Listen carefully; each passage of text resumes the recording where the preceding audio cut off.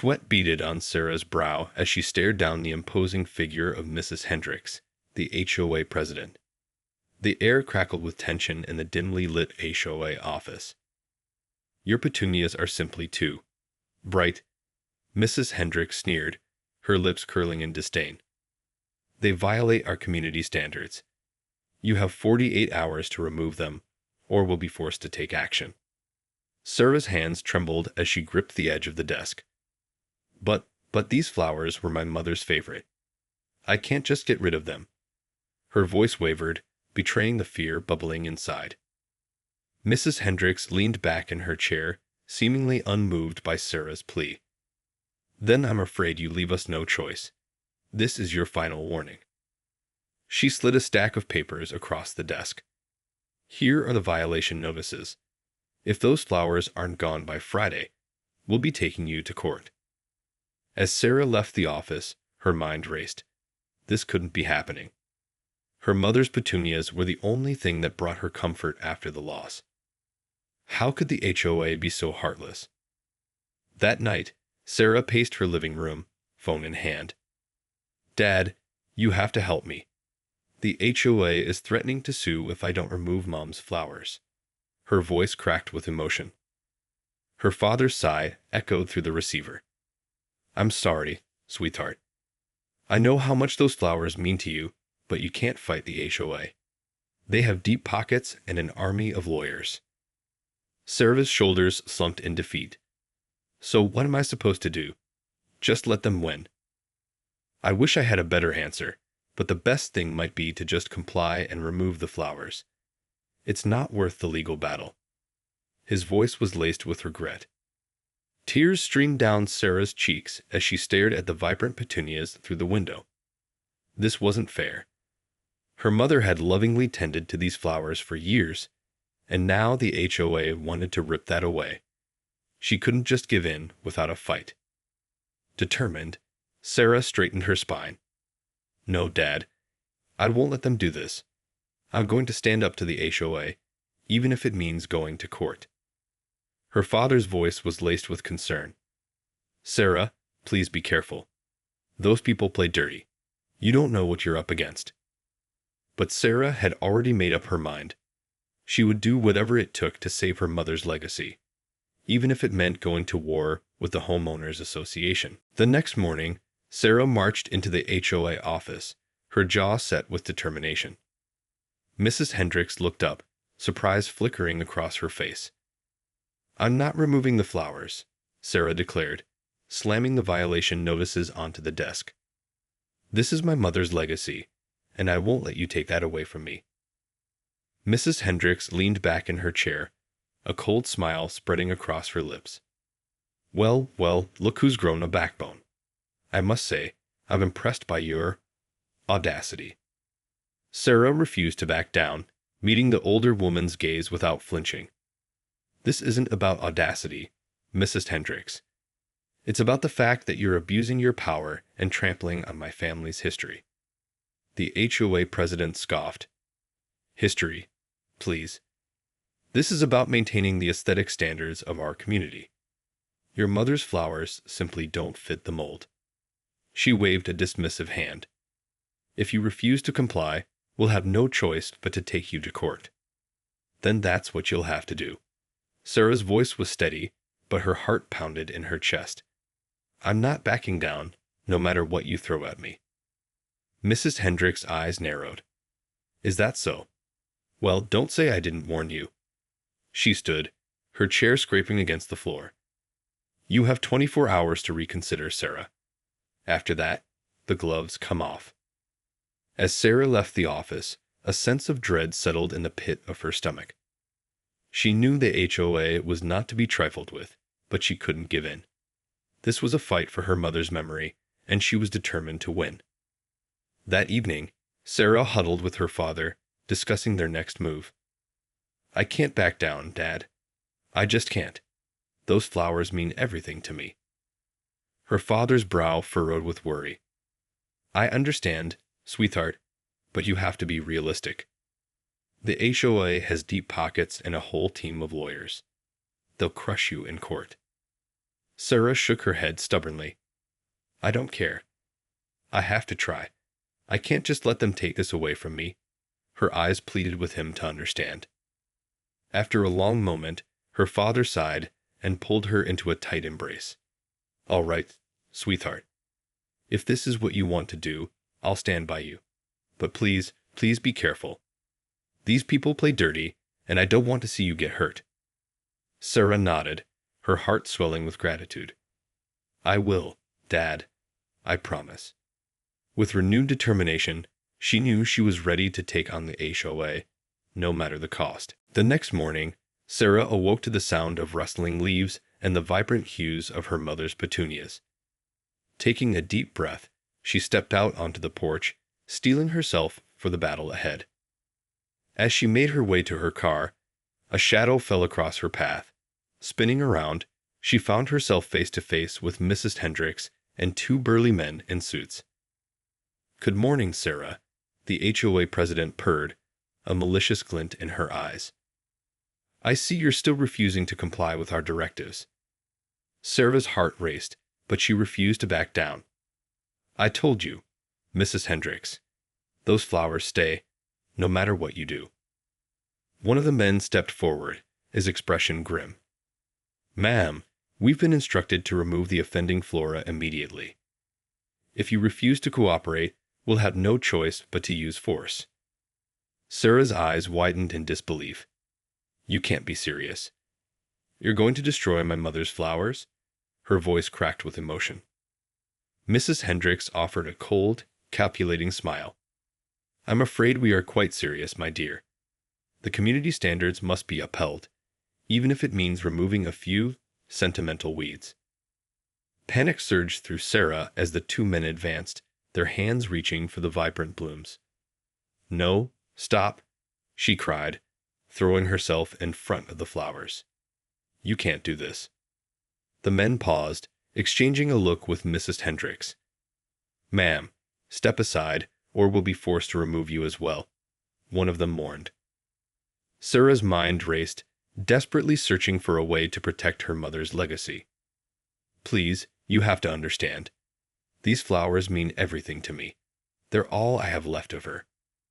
Mrs. Hendricks shook her head, unmoved by Sarah's pleas. I'm afraid sentimentality has no place in our community. Now, step aside, or we'll have you arrested for obstructing our lawful duties. Sarah's breath caught in her throat as the men advanced once more. She had no choice. She had to fight, even if it meant risking everything. Steeling her resolve, she braced herself for the confrontation, determined to protect her mother's beloved petunias at all costs. The standoff between Sarah and the HOA goons was broken by the sudden arrival of a sleek, black sedan. As the engine cut off, a tall, well-dressed man stepped out, his sharp gaze taking in the tense scene. What seems to be the problem here? The newcomer asked, his voice laced with authority. Mrs. Hendricks' expression shifted, a hint of unease creeping in. Ah, Mr. Blackwood. This is a private matter. I'm afraid you'll have to leave. The man, Mr. Blackwood, raised a hand. I'm afraid I can't do that, Mrs. Hendricks. As the HOA's legal counsel, I have a vested interest in whatever is transpiring here. Sarah's eyes widened with a glimmer of hope. Maybe, just maybe, this man could help her. Mr. Blackwood turned to the two burly men. Gentlemen, stand down. I'd like to have a word with Ms. Flores. He gestured to Sarah. Reluctantly, the men stepped back, their expressions dark. Mrs. Hendricks' jaw tightened, but she remained silent. Now, Ms. Flores, Mr. Blackwood said, his tone softer. I understand there's some sort of dispute over your mother's flowers. Would you care to elaborate? Sarah took a deep breath, her words tumbling out in a rush. The HOA is threatening to remove my mother's petunias. They say they're too bright and violate the community standards. But I can't let them take them away. These flowers are all I have left of her. Mr. Blackwood's brow furrowed in thought. I see. And Mrs. Hendricks has issued you a formal violation notice, I presume. Sarah nodded, her eyes pleading. Yes, and they're giving me an ultimatum. Remove the flowers or face legal action. The lawyer turned to the HOA president, his voice cool. Mrs. Hendricks, I must say, this seems like a rather heavy-handed approach. Surely we can find a more amicable solution. Mrs. Hendricks' lips thinned into a tight line. Mr. Blackwood, the community standards are clear. We cannot make exceptions, even for sentimental reasons. Mr. Blackwood's gaze hardened. I see. Well, then I'm afraid I have no choice but to intervene on Ms. Flora's behalf. Sarah's heart raced with hope as she watched the confrontation unfold. Maybe, just maybe, she had found an unlikely ally in this legal battle against the HOA. The tension in the air was palpable as Mr. Blackwood squared off against Mrs. Hendricks. Sarah held her breath, unsure of what was to come. Mrs. Hendricks, I must insist that you reconsider your position on this matter, Mr. Blackwood said, his voice firm. Removing these flowers would be a grave injustice, not only to Miss Flores, but to the entire community. The HOA president's eyes narrowed, her lips pressed into a thin, disapproving line. Mr. Blackwood, you know as well as I do that the community standards must be upheld. We cannot make exceptions, no matter how sentimental the circumstances may be. Mr. Blackwood clasped his hands behind his back, his gaze unwavering. Perhaps, but I believe there may be a way to find a compromise that satisfies both the community's aesthetic concerns and Ms. Flores' personal attachment to these flowers. Sarah watched the exchange, her heart pounding in her chest. Could this man really help her? Mrs. Hendricks let out a frustrated sigh. And what, pray tell, would that compromise be? She asked, her tone dripping with disdain.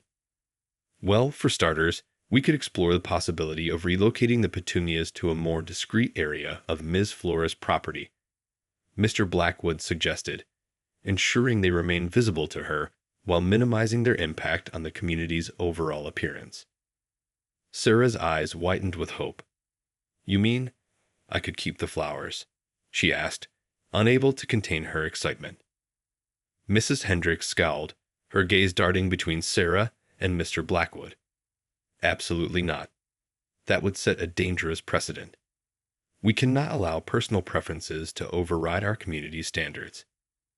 Mr. Blackwood raised a hand, his expression calm and measured. I understand your concerns, Mrs. Hendricks, but I believe a reasonable compromise can be reached. Perhaps we could explore other options, such as planting taller shrubs or trellises to help soften the visual impact of the petunias. The HOA president's brow furrowed as she considered the proposal. After a tense moment, she let out a reluctant sigh. Very well, Mr. Blackwood. I'll agree to consider your suggestions, but only if Miss Flores agrees to work with our landscape committee to find a suitable solution. Sarah's heart leaped with relief. Yes, of course. I'll do anything to keep my mother's flowers, she said, her voice brimming with gratitude. Mr. Blackwood nodded, a slight smile playing at the corners of his lips. Excellent. I believe we're on our way to a mutually agreeable resolution. As the standoff came to an end, Sarah couldn't help but feel a sense of cautious optimism. Perhaps, with Mr. Blackwood's help, she could find a way to preserve her mother's legacy and avoid a costly legal battle with the HOA. In the days that followed, Sarah worked closely with the HOA's landscape committee, determined to find a solution that would allow her to keep her mother's beloved petunias. Under Mr. Blackwood's guidance, they explored various options, from building decorative trellises to planting taller shrubs around the flower bed. After much discussion and negotiation, they finally settled on a plan that satisfied both Sarah's sentimental attachment and the HOA's aesthetic concerns. The garden was transformed, with a beautifully crafted trellis framing the petunias and strategically placed hedges softening their visual impact. Sarah couldn't help but smile as she surveyed the results, her heart swelling with a sense of bittersweet triumph. It's perfect, she said, turning to Mr. Blackwood with a grateful expression. I can't thank you enough for your help. I don't know what I would have done without you. The lawyer offered a warm smile. It was my pleasure, Ms. Flores. I'm just glad we were able to find a solution that works for everyone. Mrs. Hendricks, who had been observing the proceedings with a critical eye, finally gave a reluctant nod of approval. I must say, the end result is quite pleasing.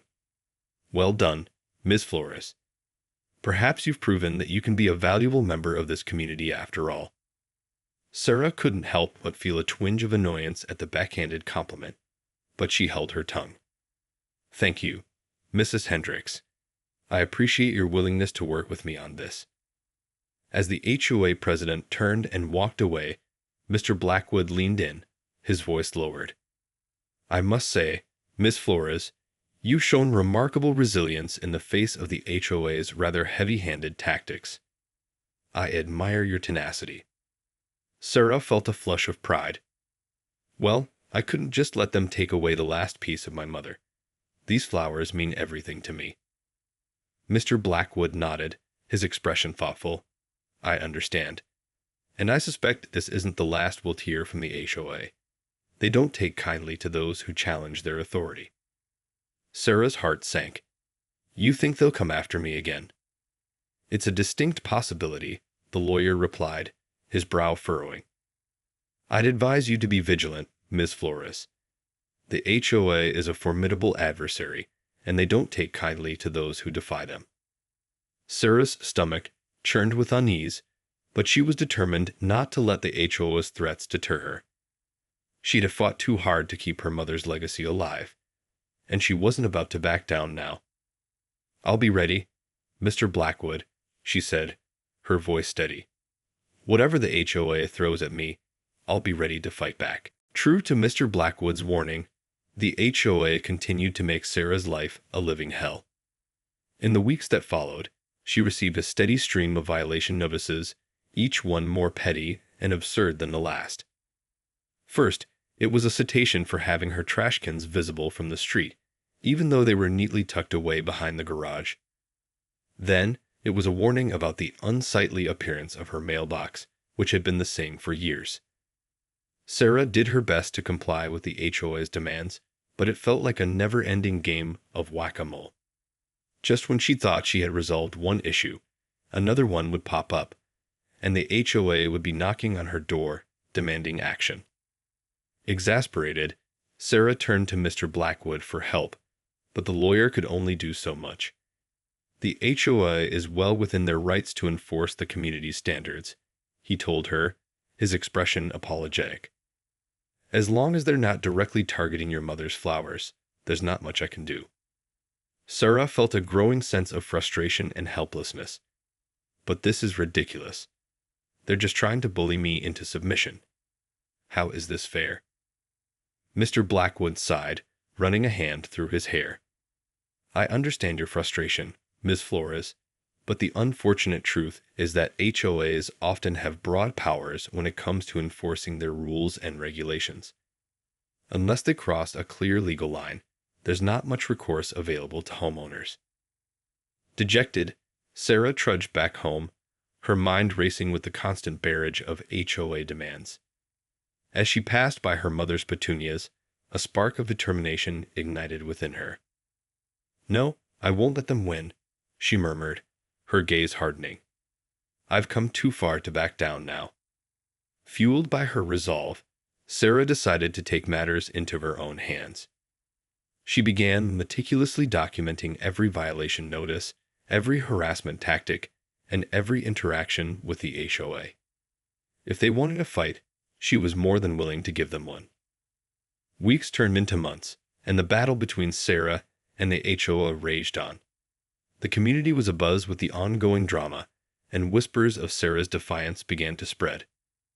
Then, one day, Sarah received a letter from Mr. Blackwood, and it contained an unexpected proposition. Sarah's hands trembled as she read through the letter, her eyes widening with disbelief. Mr. Blackwood wants to file a lawsuit against the HOA, she murmured, her voice barely above a whisper. The lawyer's words, carefully crafted, laid out a compelling case. He had meticulously documented the HOA's pattern of harassment and abuse, arguing that their actions had crossed the line into unlawful territory. We have a strong legal footing, the letter stated. The HOA's persistent targeting of your mother's flowers, combined with their seemingly arbitrary enforcement of community standards, could be construed as discriminatory and a violation of your rights as a homeowner. Sarah's heart raced as she digested the information. This was the opportunity she had been waiting for. A chance to strike back at the HOA and protect her mother's legacy once and for all. Steeling her resolve, she called Mr. Blackwood, her voice filled with determination. "Let's do it," she said, her words laced with a newfound confidence. "I'm ready to take this fight to the next level." The lawyer's response was measured, but Sarah could detect a hint of satisfaction in his tone. "Excellent, Ms. Flores. I'll begin preparing the necessary paperwork immediately. This is going to be a long and arduous battle, but I believe we have a strong case." In the days that followed, Sarah watched as Mr. Blackwood and his team methodically built their legal strategy. They combed through every violation notice, every harassing phone call, and every interaction with the HOA, weaving a tapestry of evidence that would be difficult for the community to refute. As the lawsuit inched closer to being filed, Sarah felt a sense of both apprehension and exhilaration.